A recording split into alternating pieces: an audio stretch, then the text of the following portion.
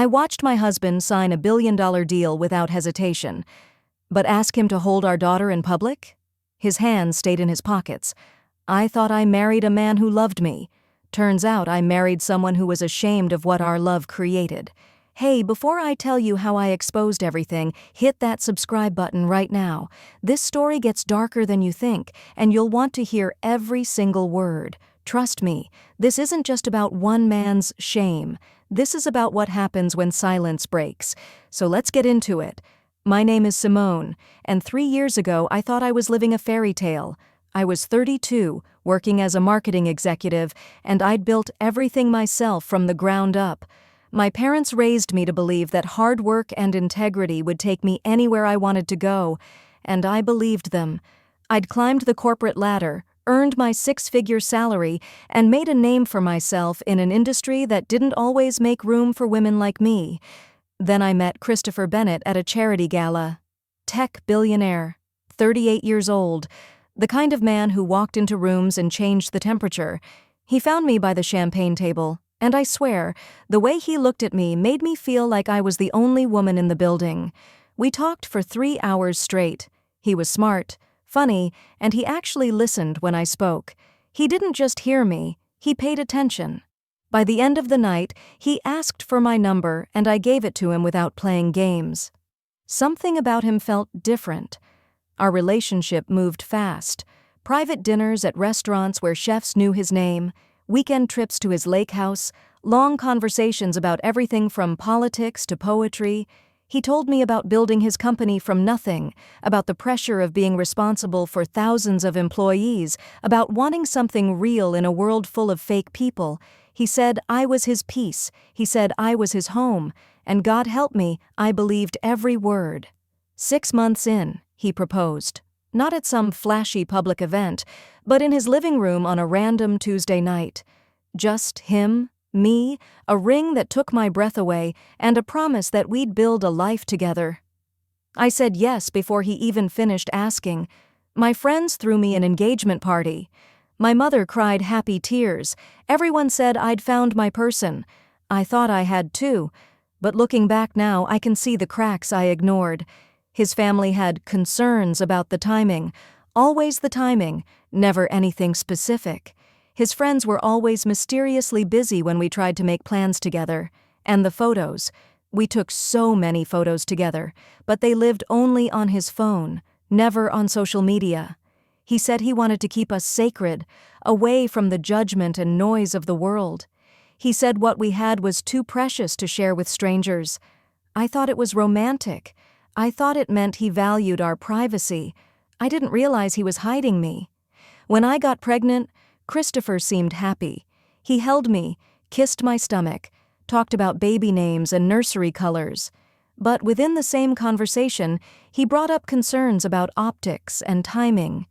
He wanted to keep the pregnancy private for safety reasons. He talked about crazy people online, about protecting our family from unwanted attention. It made sense at the time. He was a public figure. I understood the need for boundaries, so I agreed. We kept it quiet. No pregnancy announcement, no baby shower photos online, just us, preparing in private for our daughter to arrive. Nicole came into this world on a Tuesday morning in April, and she was perfect. 10 fingers, 10 toes, a head full of dark curly hair, and eyes that looked at both of us like we hung the moon. In those first few weeks at home, Christopher was everything I'd hoped he'd be as a father. He changed diapers at 3 a.m. He sang to her even though he couldn't carry a tune. He held her against his chest and cried the first time she smiled. I watched him love our daughter, and I felt like the luckiest woman alive. But then something shifted the moment we left the house. The first time I noticed it, we were at a restaurant for brunch. Nicole was 2 months old, sleeping peacefully in her carrier. I asked Christopher to hold her while I went to the restroom, and he hesitated. Just for a second, but I caught it. He said she looked comfortable and shouldn't be disturbed. I brushed it off. But then it happened again at the park. I was pushing the stroller, and I asked if he wanted a turn. He said he'd rather sit on the bench and watch us, that he liked seeing us together. It felt strange, but I told myself I was overthinking. Then came his mother's birthday party. A big family event at their estate. Christopher suggested we leave Nicole with the nanny. He said she was too young for crowds, that all the noise and strangers would be overwhelming for her. It sounded reasonable. So I went alone, smiled through dinner, and answered everyone's polite questions about motherhood while my daughter stayed home with hired help. His sister brought her 3-month-old son. Everyone cooed and passed the baby around. Nobody questioned why Nicole wasn't there, including me. The company holiday party was adults only, he said. Babies didn't belong at corporate events. The charity luncheon was too long for an infant to sit through. The investor dinner was too formal. There was always a reason, always an excuse that sounded just logical enough to quiet the doubt growing in my chest, until I couldn't ignore it anymore. I started paying closer attention. At restaurants, Christopher would walk ahead while I struggled with the stroller and diaper bag. At family gatherings, he'd be across the room while I handled Nicole alone. He never offered to hold her when other people were around. He never introduced her with pride in his voice. And then I noticed something that made my blood run cold. His business partner brought his kids to the office sometimes, and Christopher had no problem scooping up those children for photos. Blonde hair, blue eyes, picture-perfect moments that lived forever on the company's social media pages. But his own daughter? She didn't exist in his public world. The breaking point came at a charity gala for a children's hospital. The irony still burns. We were all dressed up, and I had Nicole in the most beautiful dress. She looked like an angel. A photographer approached us for a family photo, and Christopher said, "Actually, just me. My wife isn't feeling well." I was standing right there, healthy, strong, holding our daughter in my arms. The photographer looked confused but snapped a few shots of Christopher alone. Meanwhile, his business partner's entire family got a 5-photo spread that ended up on the front page of the society section the next morning. That night, I confronted him. I asked him directly why he seemed uncomfortable being seen with Nicole in public. He got defensive, said I was being paranoid, said he wasn't comfortable with public displays of affection, said he wanted to protect her privacy from invasive paparazzi. But I wasn't buying it anymore. I'd watched him operate for 2 years. I knew what pride looked like on his face. I'd seen it when he closed business deals and won awards. I'd never seen it when he looked at our daughter outside our home. I started investigating my own life. I went through every photo from the past 2 years. I counted exactly 0 pictures of us as a complete family that existed anywhere publicly. His social media told a story of a successful, charitable, driven entrepreneur. But it told no story of a husband or father. I was erased. Nicole was erased. We existed only behind closed doors. One afternoon, Christopher left his tablet unlocked on the kitchen counter. I know I shouldn't have looked, but something in my gut told me to. I found discussions on a private business forum about maintaining brand image, an email from an investor that said, "Your personal life is your business, but perception matters in our circles." And Christopher's response, "Understood. Keeping things compartmentalized." I felt sick reading that word. Compartmentalized. Like we were a problem to be managed, a liability to be contained. Then I found the trust fund documents. Christopher had set up a substantial trust for Nicole, which seemed loving on the surface. But buried in the legal language was a stipulation. The funds would only be fully accessible if certain publicity conditions were met. Translation: our daughter would inherit her father's wealth only if she remained invisible, only if she didn't embarrass him, only if she stayed a secret. The final piece fell into place when I overheard a phone conversation. Christopher was in his home office, door slightly open, talking to his publicist. He said, "We've built an image. I can't just suddenly appear with them. We need to strategize this carefully. If this becomes public incorrectly, it affects stock prices and board confidence. Maybe when she's older and it's easier to explain." Easier to explain. Those 3 words broke something in me. Our daughter wasn't his joy. She was his problem. I wasn't his wife. I was his mistake. And he wasn't protecting us from the world. He was protecting the world from us, from her brown skin, from my black face next to his white one. From the reality that his perfect image included a family that didn't fit the story he'd sold to investors, board members, and society pages, I had a choice to make. I could leave quietly, take a settlement, disappear into the background like he clearly wanted. That would have been easier. That would have been safe. But every time I looked at Nicole, I thought about what I'd be teaching her.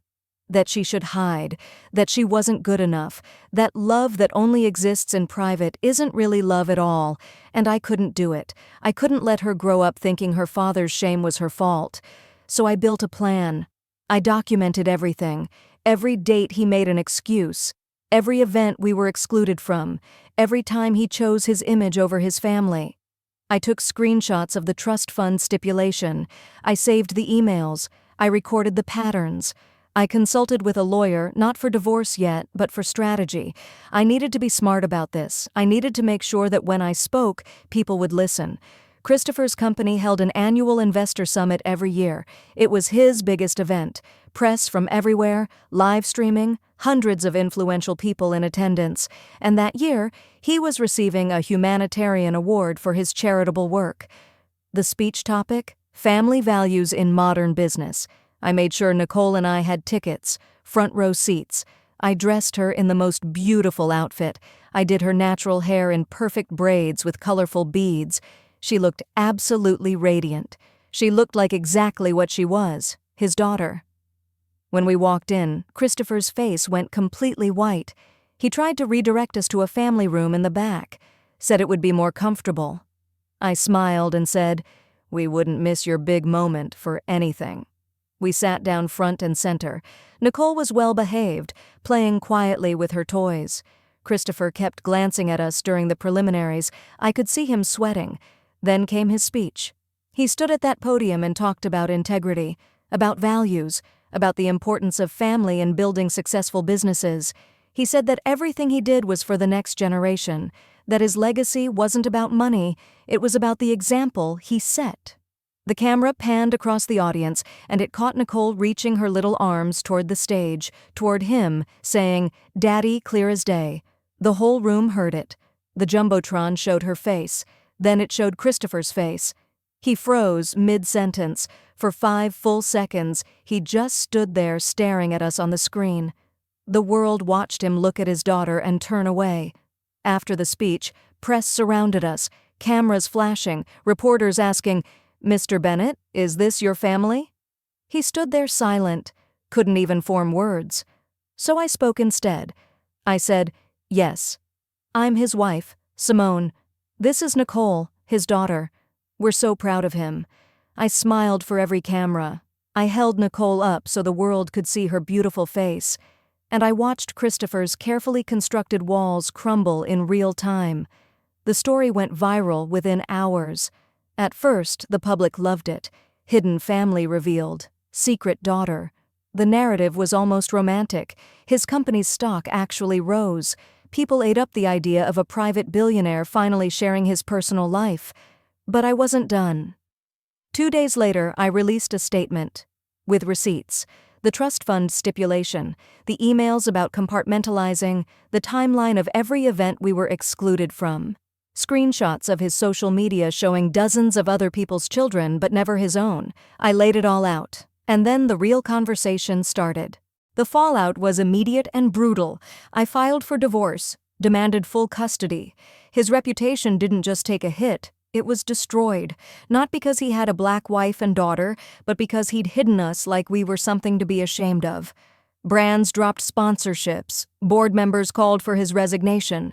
The humanitarian award was quietly rescinded. His publicist quit. His carefully built empire started showing cracks. Some people said I went too far, that I weaponized his child, that I should have handled it privately. But here's what those people don't understand. I tried private.